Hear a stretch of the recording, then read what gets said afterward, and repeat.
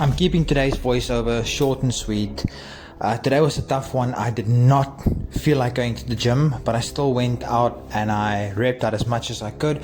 I tried to go slightly more high volume. Incline, I'm slightly apprehensive about incline bench pressing, as I know my upper chest is weaker than my middle chest, whatever you want to call it.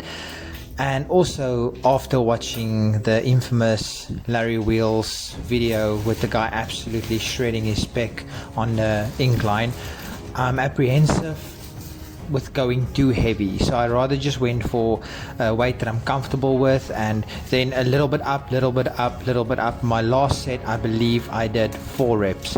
So this is a short and sweet voiceover. I'm not going to keep you guys too long. I just want you to enjoy the video of me bench pressing.